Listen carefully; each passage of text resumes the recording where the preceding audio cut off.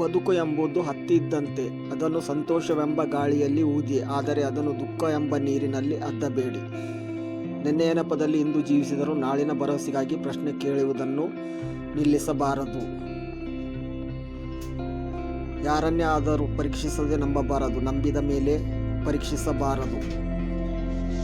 ತೆರೆದ ಮನಸ್ಸಿನಿಂದ ಎಲ್ಲವನ್ನು ಕೇಳಿಸಿಕೊಳ್ಳಬೇಕು, ನಮಗೆ ಅಗತ್ಯವೆನಿಸನ್ನು ಮಾತ್ರ ಉಳಿಸಿಕೊಳ್ಳಬೇಕು.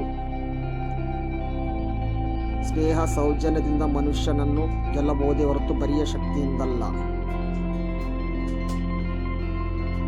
ಪ್ರತಿಯೊಬ್ಬ ಮಾನವನಲ್ಲೂ ಸುಪ್ತವಾಗಿರುವ ದೈವಿ ಶಕ್ತಿಯನ್ನು ಪ್ರಕಟಗೊಳಿಸಿ ಪ್ರಕಾಶಿಸುವಂತೆ ಮಾಡುವುದೇ ನಿಜವಾದ ಧರ್ಮ.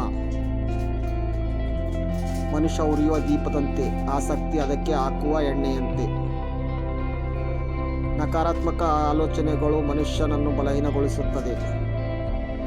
ನಾಳೆಯೇ ಸಾಯಬಹುದೆಂಬಂತೆ ಜೀವಿಸು, ಯಾವಾಗಲೂ ಜೀವಿಸುತ್ತೇನೆ ಎಂಬಂತೆ ಕಲಿಕೆಯನ್ನು ಮಾಡು.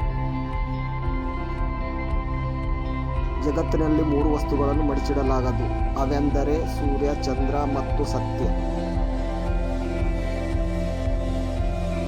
ಇತರರಿಗೆ ಕೇಡು ಬಗೆಯಬೇಡಿ, ಇತರರ ಮೇಲೆ ಕಾಲು ಇಡಬೇಡಿ. ನಮ್ಮ ಕೈಲಾದಷ್ಟು ಇತರರಿಗೆ ಹಿತವನ್ನೇ ಮಾಡಿರಿ, ಸಾಧ್ಯವಾದಷ್ಟು ಒಳ್ಳೆಯ ಕೆಲಸಗಳಲ್ಲಿ ತೊಡಗಿ.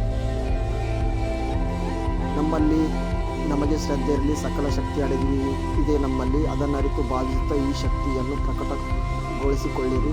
ನಮ್ಮ ವ್ಯಕ್ತಿತ್ವದಲ್ಲಿ ಹೇಳಿಕೊಳ್ಳಿ. ಸಮುದ್ರದ ದೃಶ್ಯ ಆನಂದಮಯ, ಆದರೆ ದಡದ ಮೇಲಿನಿಂದ ನೋಡುವ ಖಾಲಿ ಜೇಬು, ಹಸಿದ ಹೊಟ್ಟೆ, ಒಡೆದ ಹೃದಯ, ಈ 3 ಜೀವನದಲ್ಲಿ ಅತ್ಯುತ್ತಮ ಪಾಠವನ್ನು ಕಲಿಸುತ್ತದೆ.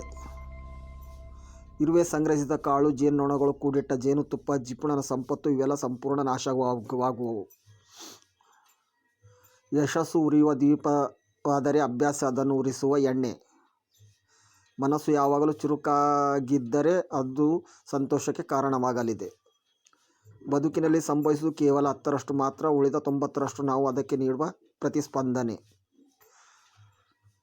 ಕೋಪದಿಂದಾಗುವ 3 ಅನಾಹುತಗಳೆಂದರೆ ಕೆಟ್ಟ ಮಾತು, ಧನಹಾನಿ, ದುಷ್ಟ ಶಾಸನ. ಜ್ಞಾನವೆಂಬ ಖಜಾನೆಗೆ ಅಭ್ಯಾಸವೇ ಕೀಲಿಕೈ. ಮನಸ್ಸು ಯಾವಾಗಲೂ ಚುರುಕಾಗಿದ್ದರೆ ಅದು ಸಂತೋಷಕ್ಕೆ ಕಾರಣವಾಗಲಿದೆ. ಸಾಯಲು 10 ದಾರಿಗಳಿವೆ, ಬದುಕಲು ಇರುವುದು ಒಂದೇ ದಾರಿ, ಅದೇ ಆತ್ಮವಿಶ್ವಾಸ. ನಿಷ್ಠೆಯಿಂದ ದುಡಿಯುವವರನ್ನು ಕಂಡರೆ ಬಡತನ ಓಡಿ ಹೋಗುತ್ತದೆ. ನೀವು ಏನನ್ನು ಸಾಧಿಸಬೇಕೆಂದು ಬಯಸುತ್ತೀರೋ ಅದಕ್ಕಿಂತ ಹೆಚ್ಚಿನ ಕೆಲಸಗಳನ್ನು ಮಾಡಿ, ಅದರ ಪ್ರತಿಫಲವನ್ನು ಕಾಯಬೇಡಿ.